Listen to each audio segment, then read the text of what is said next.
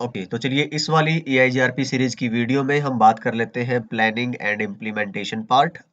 तो सबसे पहले देखिए कि आपको करना क्या है, 3 या 4 प्रोसेस स्टेप का ये प्रोसेस है। तो 3 तो आपको मेजर जो करने ही करने हैं, 4th ऑप्शनल अगर आप चाहें तो कर सकते हैं, पर ऐसा नहीं है कि अगर आप ये नहीं करेंगे तो आपका नेटवर्क जो EIGRP का है वो रन नहीं करेगा, है ना? तो ये सिक्योरिटी के लिए है।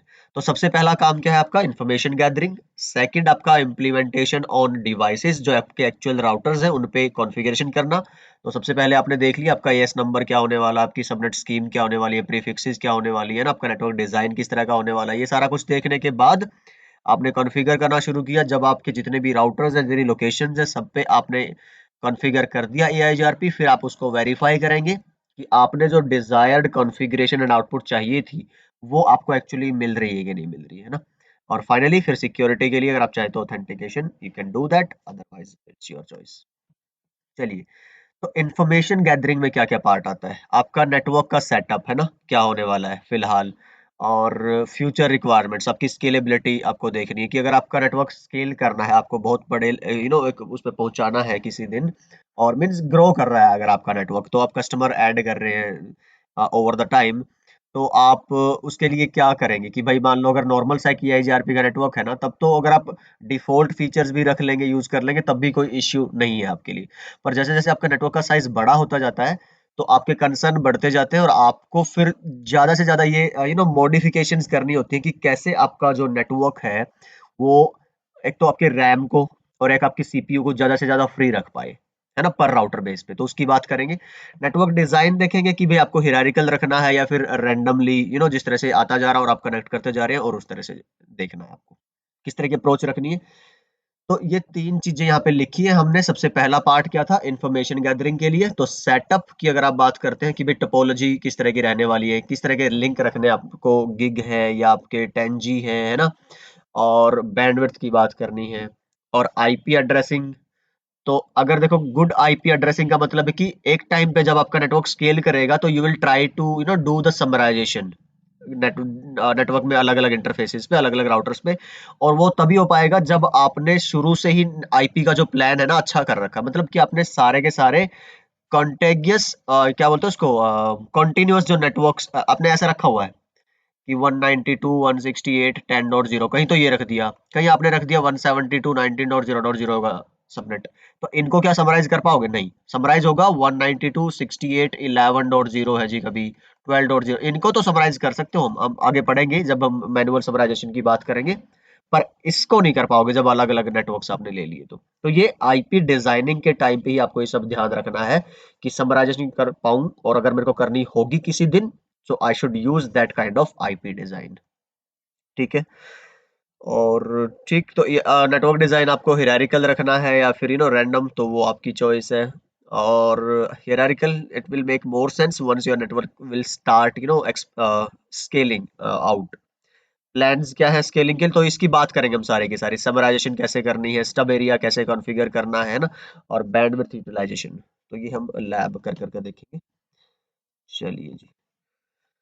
उसके बाद बात आती है कि आप फाइनल इम्प्लीमेंटेशन प्लान्स में क्या-क्या आपको देखना है कि एग्जैक्ट टोपोलॉजी क्या है आपकी, आपको कौन से राउटर्स में कौन से नेटवर्क्स एडवर्टीज करने हैं, कौन सा एएस नंबर, खैर ये तो कॉमन होने वाला है हर एक राउटर पे, और किन-किन राउटर्स पे रन करना है ये IGRP। और अगर कोई राउट आपने किसी राउटर पे कोई डिफॉल्ट मैट्रिक की वैल्यू चेंज करनी है, तो वो क्या-क्या करने वाले हो। तो ऐसा ऑन द वे आप नहीं डिसाइड करते, सब कुछ पहले से ही प्री डिसाइडेड रहता है। जैसे कि मैंने कैंपस एरिया नेटवर्क डिजाइन वाली वीडियो में भी आपको बहुत अच्छे से बताया है कि whatever is documented you consider that done, otherwise it's not done. तो पहले डॉक्यूमेंटेशन बहुत जरूरी है, प्री डॉक्यूमेंटेशन और प्लानिंग, फिर आपका एग्जीक्यूशन, फिर वेरिफिकेशन, और फिर पोस्ट डॉक्यूमेंटेशन।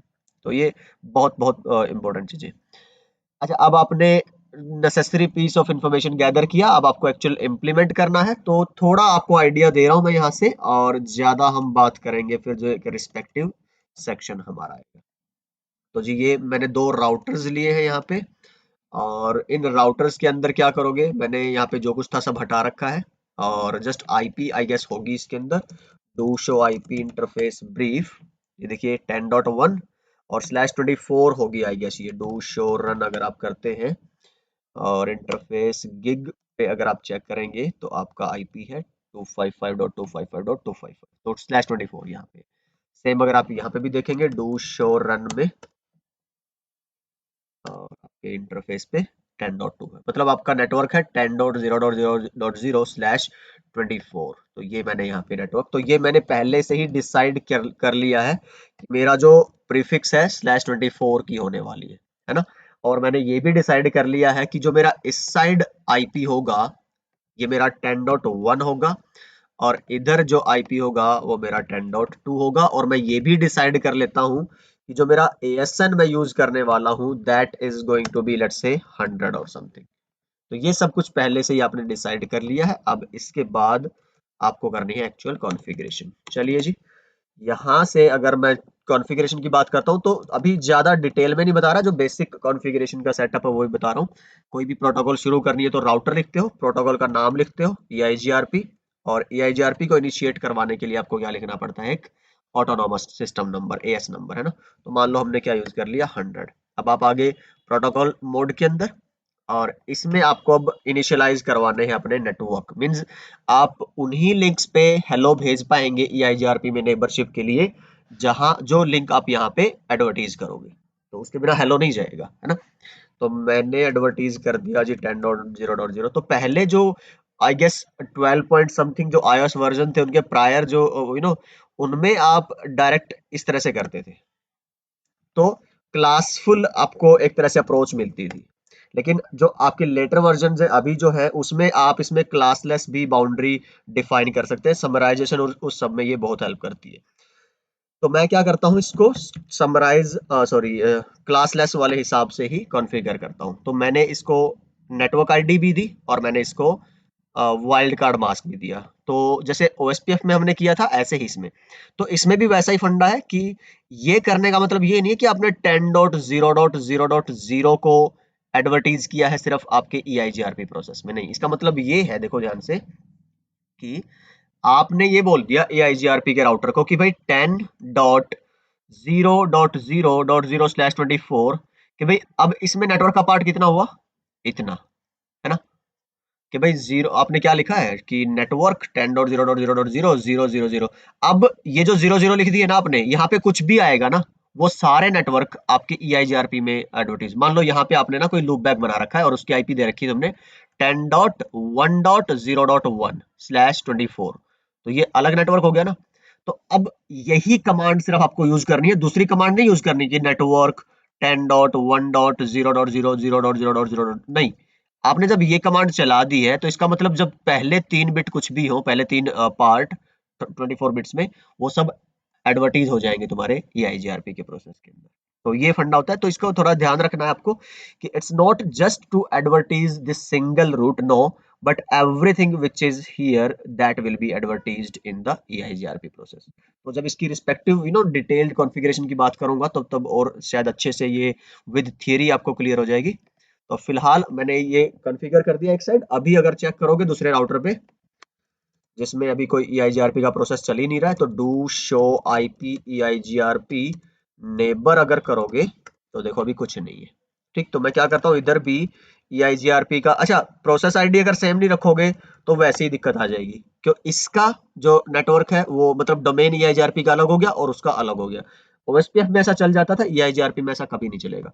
तो आप ट्राई करो यहाँ पे भी नेटवर्क 10.0.0.0.0.0.255 आप वेट करते रहो, आपको नेबरशिप अप नहीं आएगी क्योंकि आपके डोमेन अलग अलग है। इसमें 100 पे आप कर रहे हो, इसमें 200 पे, तो ये वेट करेगा 200 में कोई मेरे को यहाँ से हेलो भेजे, राउटर आईडी भेजे, ये वेट करेगा 100 से कोई मेरे को हेलो भेजे और मैं उसके साथ नेबरशिप बनाऊं, तो नॉट पॉसिबल। तो मैं क्या करता हूँ, यहाँ से नो राउटर EIGRP 200 इसको हटाता हूँ और राउटर EIGRP 100 में जाके हम सेम काम करेंगे नेटवर्क। अब थोड़ा वेट करते हैं और ये देखिए विद इन मिली सेकेंड, आपको सेकेंड हुआ भी नहीं होगा, आपकी एडजेंसी अप आ गई। और अगर आप चेक करते हैं, कहाँ गई कमांड मेरी, to show IP EIGRP neighbour, अब ये देखिए नेबर आपका अप आ गया। ओके रिपोर्ट है। इस तरह से आप EIGRP कॉन्फ़िगर करते हो। जितने भी राउटर्स होंगे पहले प्लानिंग, फिर आपकी एग्जीक्यूशन। चलिए जी, फिर बात आती है वेरिफिकेशन की। तो मैंने जैसे नेबर की कमांड बताई, फिर आपको मैंने शो आईपी टोपोलॉजी कर सकते हो। जैसे मैं अगर थोड़ा सा इसमें और डिटेल बताऊं आपको, do show IP EIGRP topology है ना, तो ये कमांड चेक करो। यहाँ पे आपको सक्सेसर, फिजिबल सक्सेसर वो दिखेंगे। तो सक्सेसर पड़ा हुआ है और एफडी इसकी है। अब क्योंकि मेरे पास सिंगल ही रूट है तो यही सक्सेसर बनेगा, ऑब्वियस सी बात है। और ये पैसिव स्टेट में आप देख लो, मैंने बोला था P4 पैसिव, A4 एक्टिव, और ये पैकेट के टाइप्स है। तो जी स्टक इन एक्टिव, तो ऐसा कोई लिंक है ही नहीं हमारे पास, है ना, कोई रिप्लाई क्वेरी कुछ नहीं है। तो सिंपल नॉर्मल बेसिक सा एक सेटअप है हमारा फिलहाल के लिए। और कोई और लिंक होता तो शायद वो पॉसिबिलिटी होती, या फिर आपका फिजिबल सक्सेसर बन जाता। डू शो आईपी रूट करोगे, इसमें आपको सिर्फ सक्सेसर दिखेगा, है ना।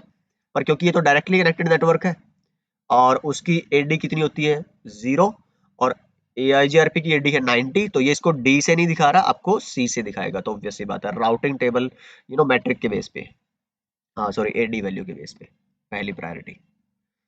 चलिए जी, तो फिर उसके बाद और क्या वेरीफाई करोगे? अगर आप टोपोलॉजी में ऑल लिंक्स देखना चाहो तो इसमें अभी कुछ नहीं है ना, तो सिंगल ही है।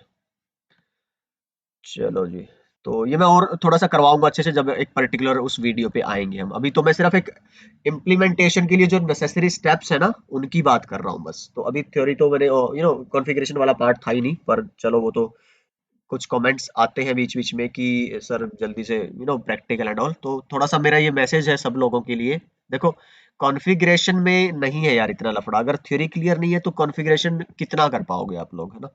तो अब देखो मैंने एक लाइन चलाई है, एक लाइन लिखी है, एक दो लाइन, और वो हो गया जी AIGRP कॉन्फ़िगर, बस खत्म। यही करना होता है।